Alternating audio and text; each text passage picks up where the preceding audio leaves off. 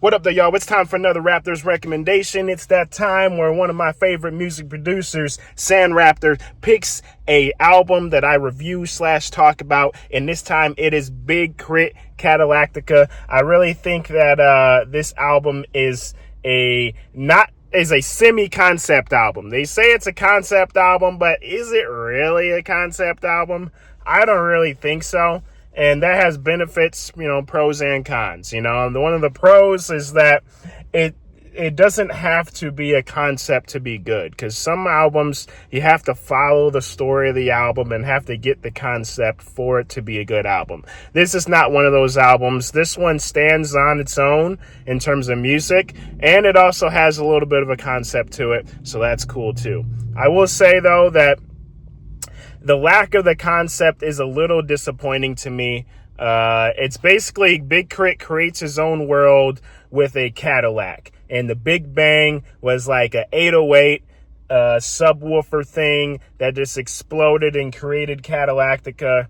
And there's little tidbits that you have to really dive deep in to actually get a hint of a concept in here. Otherwise, you're just listening to some good music. And I would say that the singles on this album are the worst part about this album. I mean, we're talking the most dry, boring, just stale singles that you could come up with and put on this album that's supposed to be about, subwoofers in your Cadillac creating this new planet. It's like a song about love and a song, it's like, it's got one of them where Big K.R.I.T is singing on there, and he's not a bad singer. He kind of like Nate Dogg, but not as good.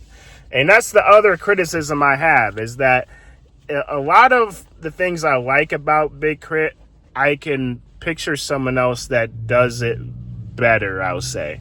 Like singing, he sings like kind of like a Nate Dogg kind of style, but Nate Dogg does it better.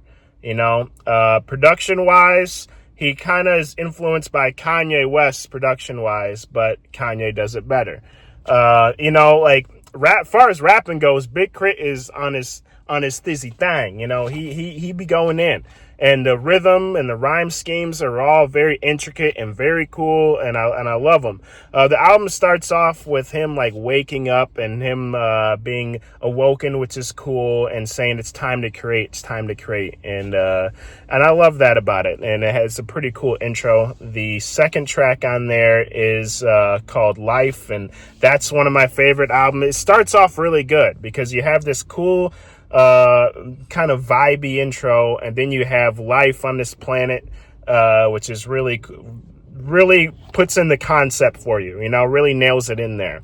Then you have like the title track, which is really good, and the 215's My Sub Part 3, and you really have to have a bass system to appreciate this song. I'm not gonna lie. I had to crank my bass all the way up to really have it banging, you know what I'm saying? Because if not, it was just kind of eh. But moving on, it goes into the singles. Soul Food with Raphael Saadiq, and I love Raphael Saadiq. I saw his name and I was like, oh, okay, this is gonna be dope. And a lot of people talked the song up for me. Maybe that's why I thought it was kind of mid. I thought it was meh, it was good, but it didn't really give me that soulful family kind of vibe that just made me want to, really connected me to the song.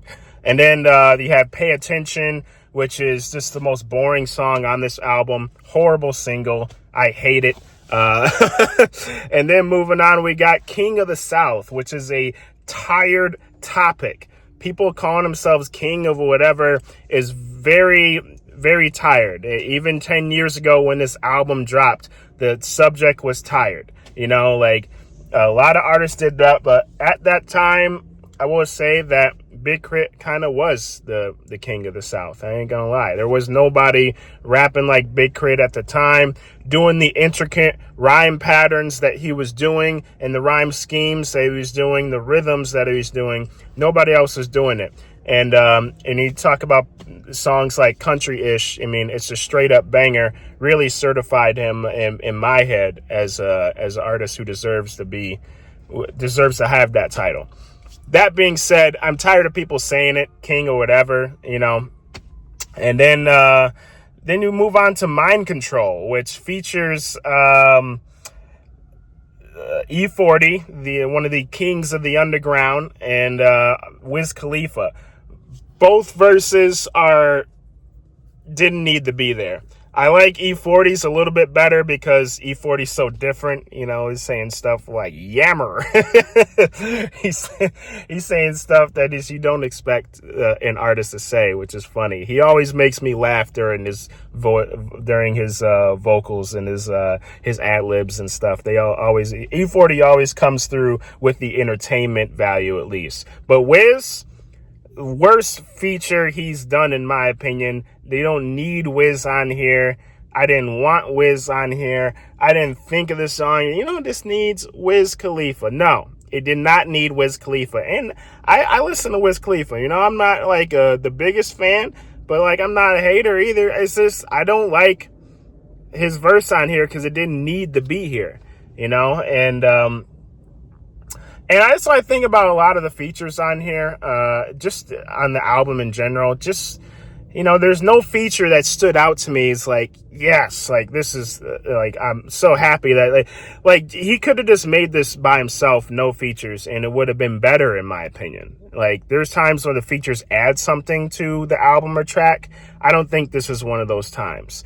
And as the album goes on, it really takes this downturn, in my opinion, because it starts off up here and then it's just slowly curving down, I think.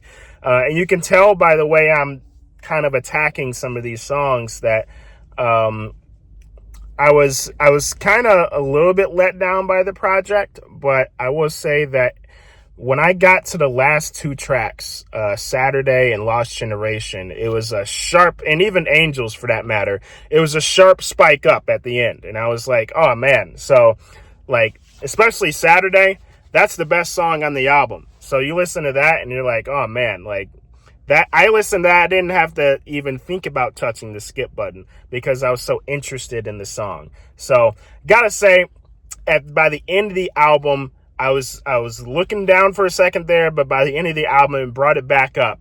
And so it was going to be a pretty bad review for a while there. But when I got to the end, you know, Saturday was such a banger, and Lost Generation. And the concept of Angels, too. I think Angels Get High, I thought was funny. But yeah, I overall, the project is kind of mid for me. And that's mainly because the concept is so almost non-existent, but it's there, but it's not really clear. And you have to really dive deep in it. But that allowed me to appreciate the album for a second and third listen. When I listened to it the third time, I liked it better than when I listened to it the second time.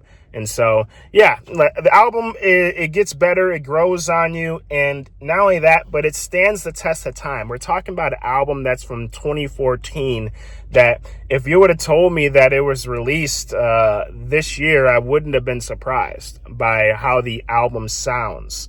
And that's pretty rare because there are definite waves in hip-hop, go up and down, but this album stands out, and you can hear K.R.I.T's influences from Outkast.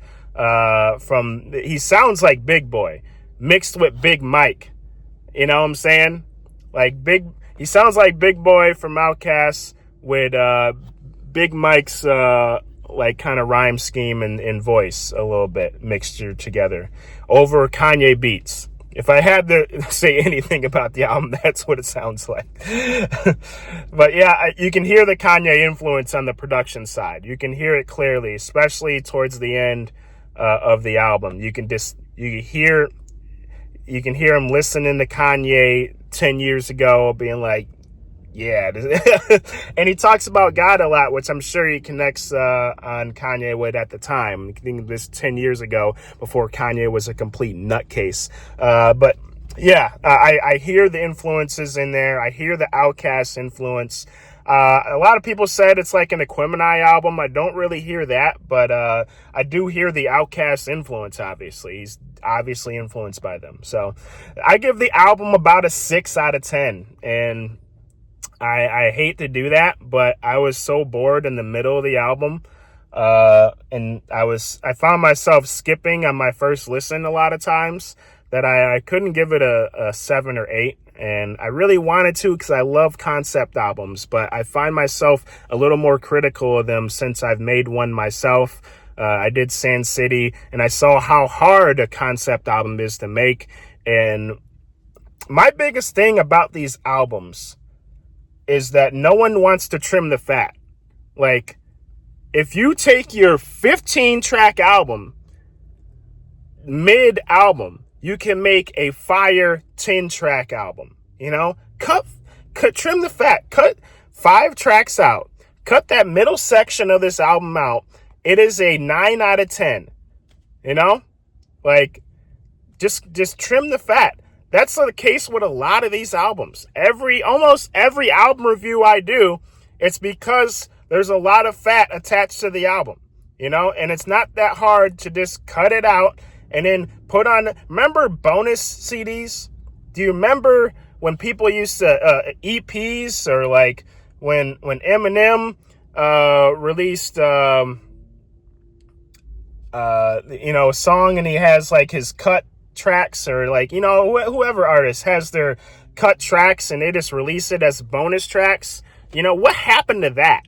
Because when it's a bonus track, you don't consider it when you're reviewing the album. But like when it's a bonus track, you're like, okay, they cut this out for a reason, and they still wants us to hear it. You know, it just seems such a letdown to not just trim the slower tracks on the album. You know, it is what it is. But overall, Big K.R.I.T is still the man. I love that he attempted a concept album, and I love that he's thinking different outside the box.